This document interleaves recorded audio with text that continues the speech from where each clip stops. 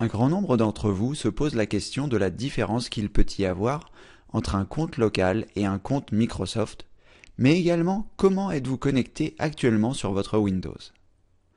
Je vais commencer par vous montrer les manipulations pour savoir sur quel type de compte vous êtes, et ensuite je vous indiquerai les différences importantes entre ces deux comptes.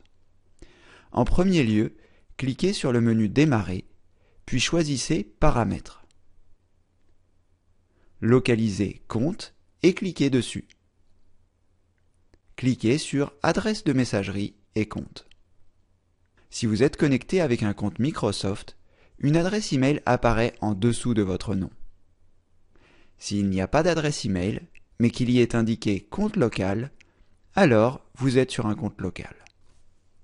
Si vous souhaitez vous connecter avec un compte Microsoft, il vous suffira de créer un compte comme je vous l'explique dans l'une des vidéos outils disponibles sur le site et de cliquer sur « Se connecter plutôt avec un compte Microsoft ». Dans la fenêtre qui apparaît, il vous suffira de mettre votre adresse email et votre mot de passe, puis de cliquer sur « Se connecter ».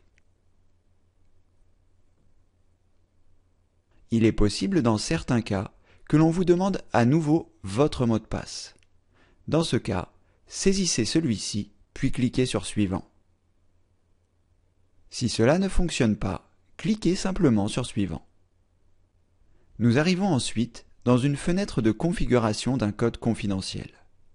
Vous pouvez ignorer ou la découvrir dans la vidéo 42 de cette formation. Vous êtes désormais connecté avec un compte Microsoft.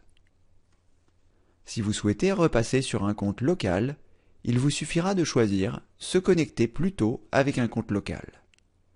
Attention cependant d'avoir sauvegardé les différents documents qui peuvent se trouver dans OneDrive. Saisissez votre mot de passe actuel. Cliquez sur « Suivant ». Saisissez les informations que vous souhaitez pour votre compte local. Si vous ne souhaitez pas de mot de passe, laissez les champs vides et cliquez sur « Suivant ».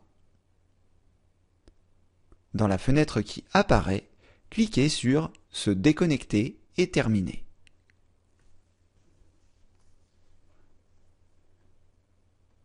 Cette opération peut prendre un peu de temps. À l'issue de celle-ci, vous serez déconnecté et vous devrez à nouveau vous connecter. N'éteignez pas l'ordinateur pendant ce processus. Vous voilà désormais sur un compte local. Vous pouvez le vérifier en vous rendant à nouveau dans Paramètres, puis Compte.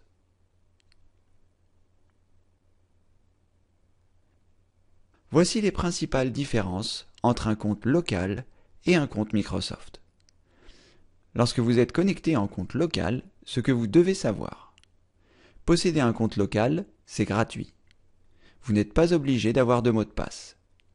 Vous n'avez pas accès à OneDrive, qui est le stockage externe de Microsoft, aussi appelé Cloud. Vous ne pouvez pas télécharger des applications sur le Windows Store. Lorsque vous êtes connecté en compte Microsoft, ce que vous devez savoir. Posséder un compte Microsoft, c'est gratuit. Il peut être composé d'une adresse email quelle qu'elle soit et d'un mot de passe. Si vous possédez une adresse de type Hotmail, Live, Outlook, vous possédez déjà un compte Microsoft. Vous n'êtes pas limité à un seul compte Microsoft.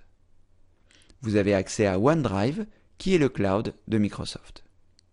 Vous pouvez télécharger des applications sur le Windows Store. Vous pouvez synchroniser vos différents PC avec un seul compte. Vous pouvez désormais choisir le type de compte qui vous convient le mieux. Personnellement, j'utilise mon compte Microsoft sur mon PC principal et un compte local sur le PC de formation, même si je pourrais soit utiliser le même compte sur les deux PC, ou encore avoir un compte distinct pour chaque puisque c'est gratuit. Maintenant que vous connaissez la différence entre ces deux comptes, vous pouvez commencer la personnalisation de Windows 10. Je vous dis donc à bientôt dans la prochaine vidéo.